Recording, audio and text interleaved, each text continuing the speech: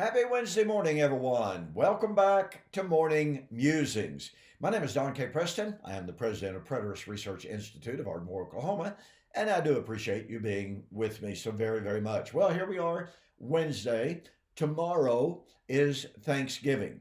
I hope you have an absolutely fantastic time, hopefully with family, with good relations, and uh, just happiness all the way around. Uh, my son is supposed to come in. We don't get to visit with him very, very often. We don't get to go to Arkansas to visit our daughter and son in law and grandkids. So it will be somewhat limited, but we're really, really looking forward to it. It's our son lives about 100 miles from us, and we see him, once every 6 months, something like that. He's extremely busy, just like I am. So, anyway, happy Thanksgiving to you. And remember, tonight I'll be with Mike Sullivan, unless we both decide to call it off for some reason because of Thanksgiving. I don't know if he's going to be traveling. I just don't know. But anyway, we'll see. But might tune in just in case for Preterist Apologetics with Mike Sullivan and myself. Okay, we're examining the doctrine of Succot. Succot is the Feast of Harvest.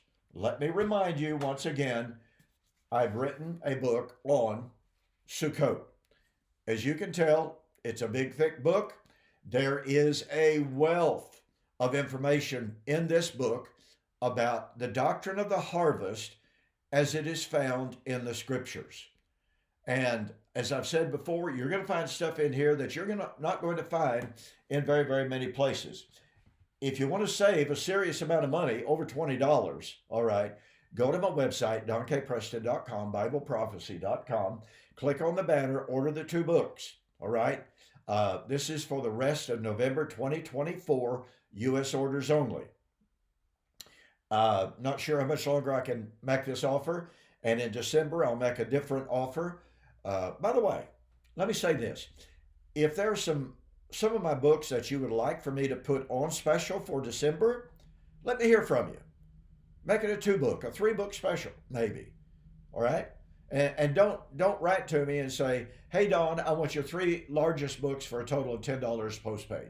Yeah, don't do that. Won't happen. Okay, so that's a joke. Anyway, so back to Sukkot. Sukkot was the last of Israel's 3 fall festivals. It was the Feast of Harvest, the vintage harvest, and it gave way to Shemini Atzeroth. We will be talking about Shemini Atzeroth coming up. I'm not going to commit to when. So, I've been focused this week on harvest at the end of the age. I've suggested to you, I have demonstrated for you, traditionalism, futurism says, well, Matthew chapter 13 is the end of the current Christian age. That's the time of the rapture. Some millennialists have put this at the end of the millennium, but that doesn't work either, because point of fact is there is no rapture in the Bible. And Matthew 13 is the rapture, quote, unquote, of both the unjust and the just.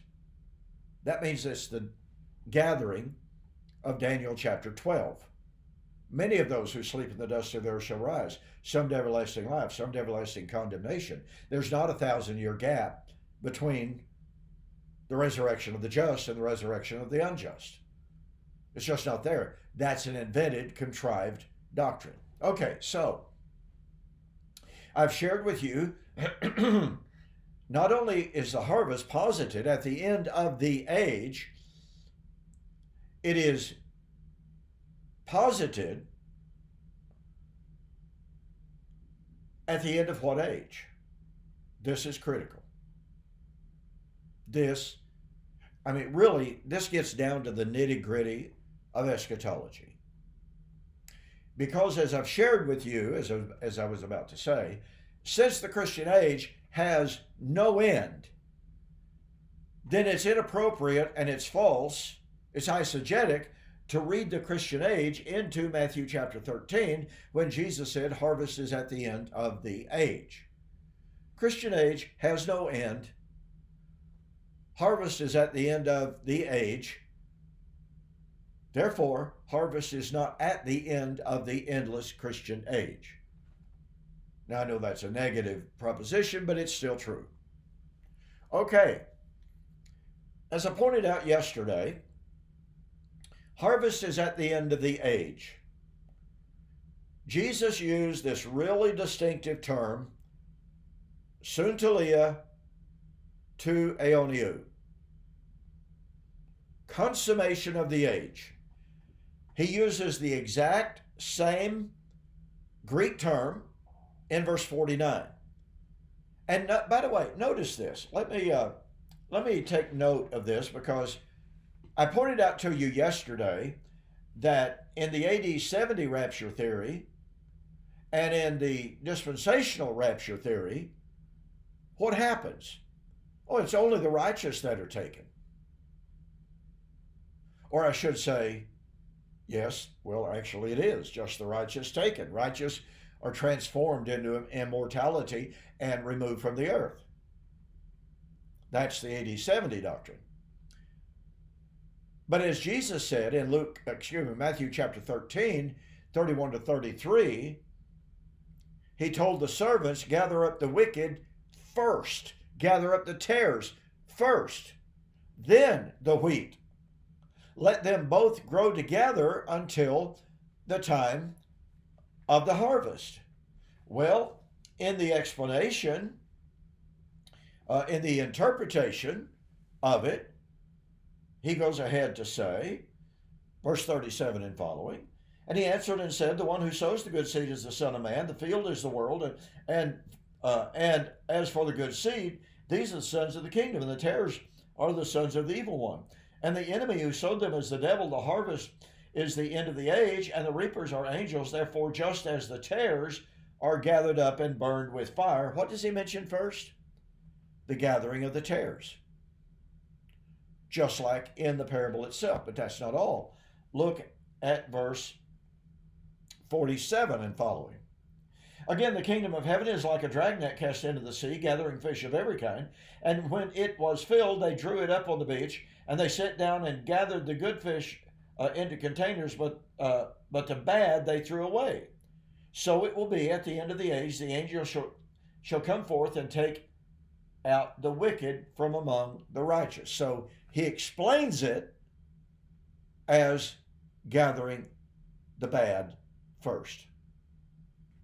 He tells it and then he explains it. Folks, I'm sorry, that's just really destructive to any doctrine of the rapture. But to move on, he uses this term, suntelia to aeonion, or aeoniou, whichever suffix.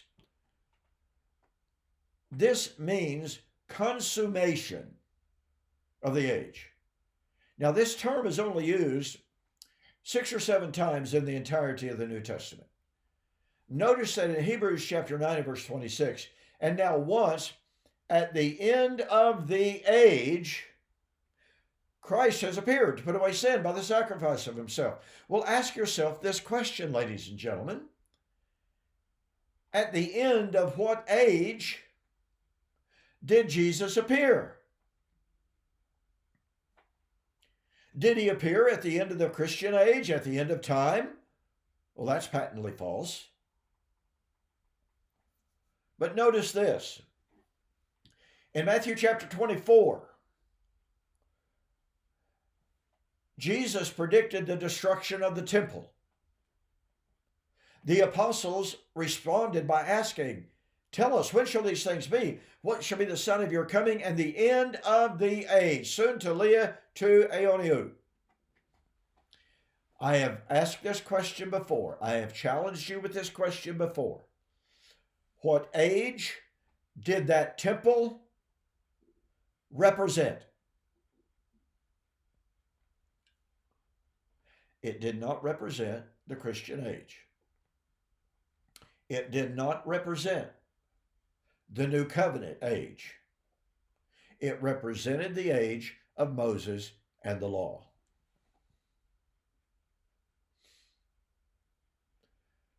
John Calvin said, the apostles just simply could not understand, they could not fathom, they could not comprehend the very idea of that temple being destroyed unless it was at the end of material creation and the end of time. The very first time I read that, I go, what? John Calvin, brilliant guy. I certainly don't agree with him on everything, but boy, he was brilliant in many, many ways. Incredibly influential.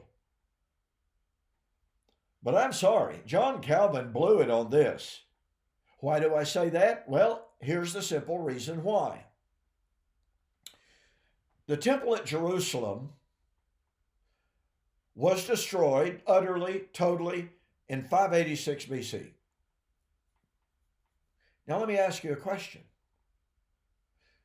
Were the apostles aware of that? Well, to answer it, or to ask it is to answer it. They're good, faithful Jews.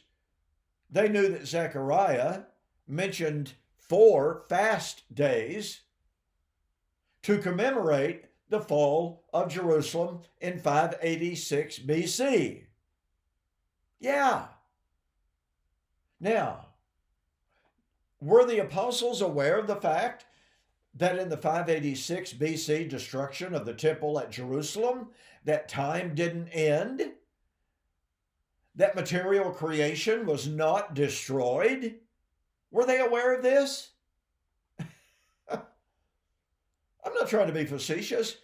These are legitimate questions. How in the world could John Calvin ever say, oh, the apostles simply could not understand, even conceive of the idea of that temple being destroyed unless it was at the end of time?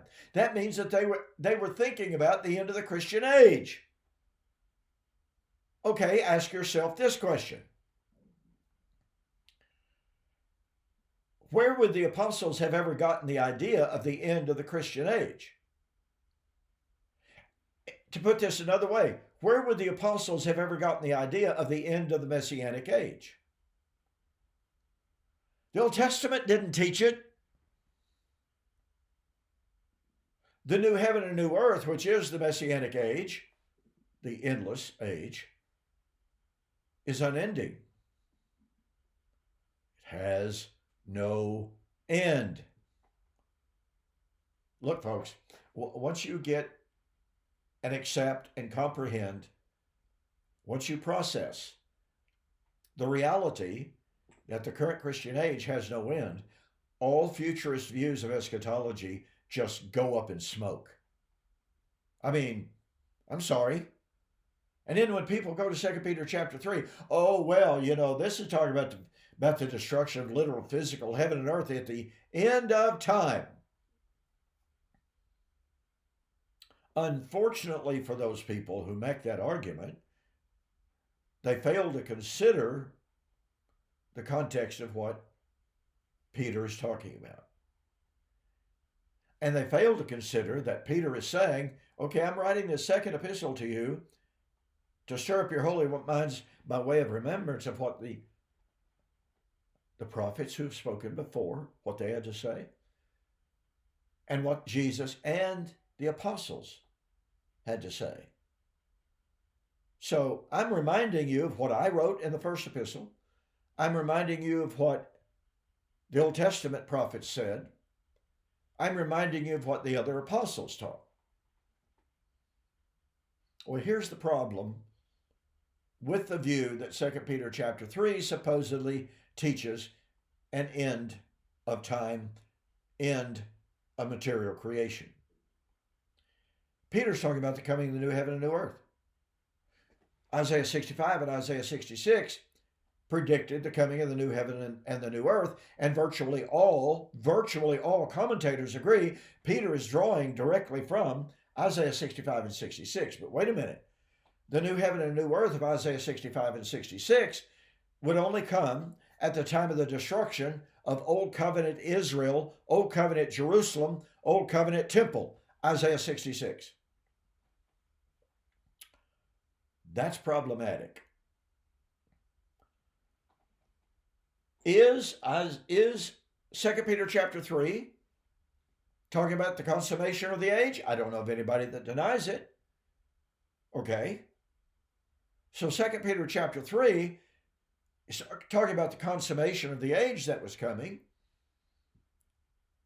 Jesus appeared at the end of the age, and it doesn't say the end of the age had already come, by the way. They were living in the time of the end of the age, waiting for its consummation. And the apostles understood it would happen with the destruction of Jerusalem. Now, look, I know people say all the time, oh, yeah, the apostles definitely thought that, but they were confused. They were ignorant. They were just simply wrong. No, they weren't. Don't have time to develop that. There is no justification. There is no evidence whatsoever to suggest, much less prove, that the apostles were confused or wrong. So again, the point of it is, the apostles associated the end of the age, the suntelia aioniou, with the destruction of the temple. Peter is writing before the destruction of the temple in 2 Peter chapter 3. What end of the age do you suppose he might have been anticipating? Oh, the end of the age linked with the destruction of the temple. And I'll close on this. In 1 Peter, he's emphatic. The end of all things has drawn near.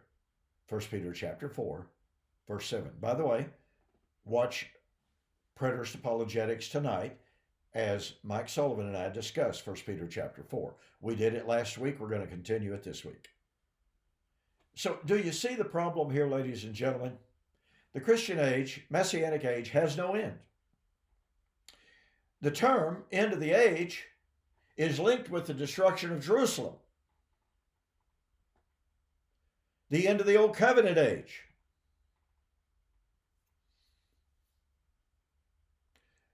Therefore, harvest, which would be at the end of the age, would not be at the end of the Christian age. It would be at the end of the age that the temple represented. I'll drive this home next Monday. In the meantime, have a fantastic, joyous, and happy Thanksgiving.